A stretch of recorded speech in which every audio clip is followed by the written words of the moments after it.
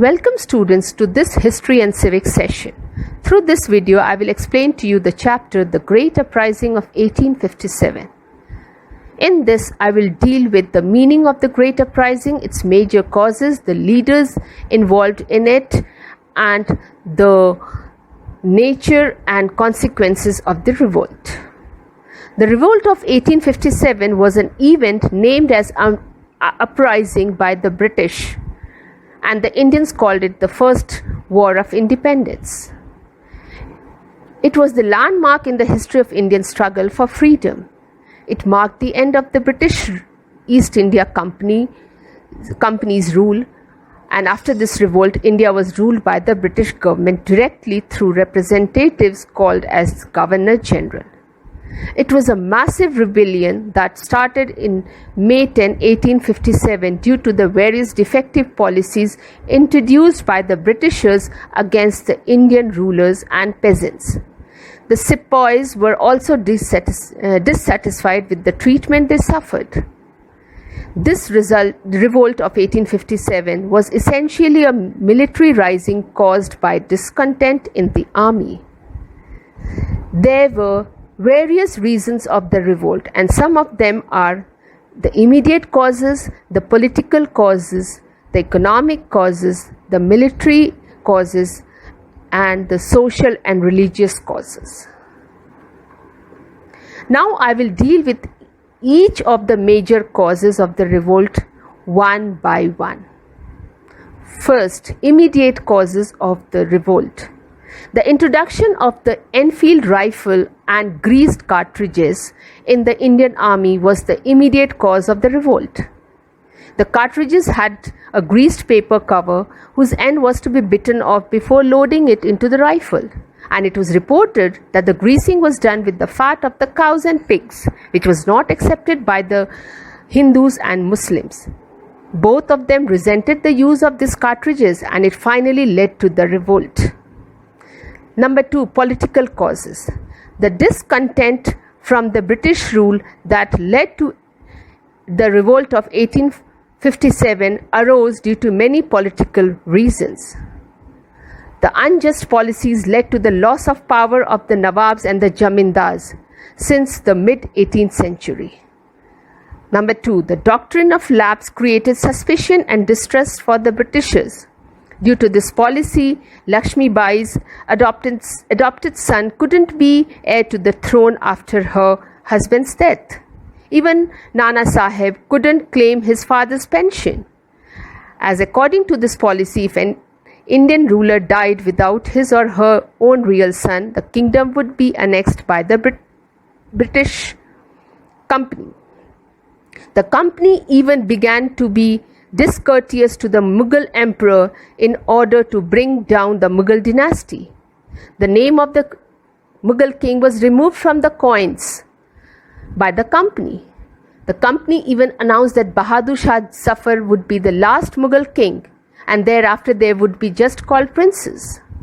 Under the Governor General of Lord Dalhousie, the British followed an expansionist policy. Though this policy he added considerable territories to the British Empire. He annexed Oudh to the British Empire on the pretext of misgovernance, and this caused resentment among sepoys. Next is the economic cause. Economic exploitation of the country was one of the major reasons behind the unrest prevailing against the British. Various economic policies like taxation policies and revenue system affected the peasants, artisans, traders, and people badly and exploited them. The English company abolished duties on British goods and imposed heavy duties on Indian products. The British deliberately destroyed Indian industries and crafts. The Britishers bought the raw materials from the farmers and weavers at cheap rates and sent them to England for their factories. Thus they made finished goods and sold it in Indian market at higher rates. The British paid their company's officials very high salaries, thus it drained the wealth of India to England. Next is the social and religious cause. Social and religious factors were at work in causing unrest among the people. The Englishmen introduced a number of new rules that violated the religious sentiments and beliefs of the Indians. The Christians missionaries criticized Hinduism and Islam and lured them of good jobs if they converted to Christianity.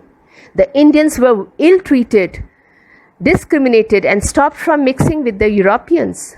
Laws were passed that a convert to Christianity may be entitled to inherit ancestral property.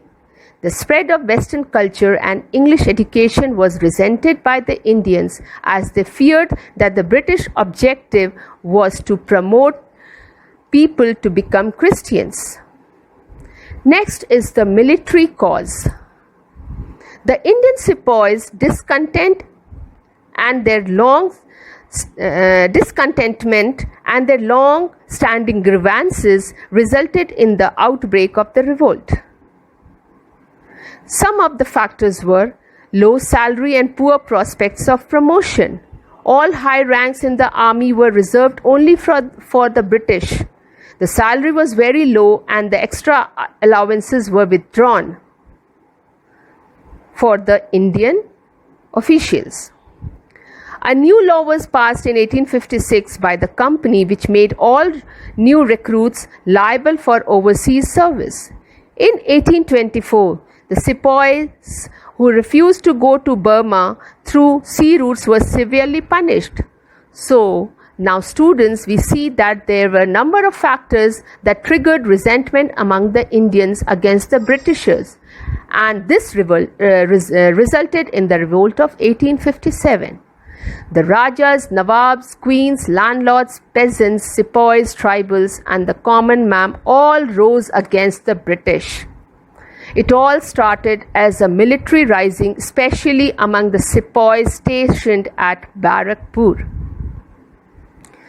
A sepoy called Mangal Pandey fired the first shot of uprising. He was a Brahmin sepoy at Barakpur. He refused to use the greased cartridge, and when he was forced to do so, he shot down 2 British soldiers. As a result, he was executed, and this sparked off revolts in Meerut, Delhi, Kanpur, Jhansi, Lucknow, Banaras, Awadh, Bareilly, Gwalior, and other places. Now, students, I will deal with the heroes of the revolt. And the main centers of the revolt were Meerut, Delhi, Kanpur, Awadh, Jhansi, Calcutta, etc. The main heroes of the revolt were Nana Sahib, Begum Hazrat Mahal, Tantia Tope, Rani Lakshmi Bai, Mangal Pandey, Bahadur Shah Zafar, and even Sheikh Bhikhari.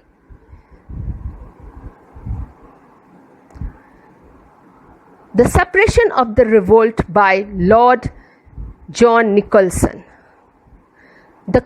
The control of Delhi and imprisonment of Bahadur Shah Zafar broke the backbone of the mutiny. Bahadur Shah Zafar was tried and sent to Rangoon. At Kanpur, Nana Sahib finally ran away to Nepal to escape from being imprisoned by the English.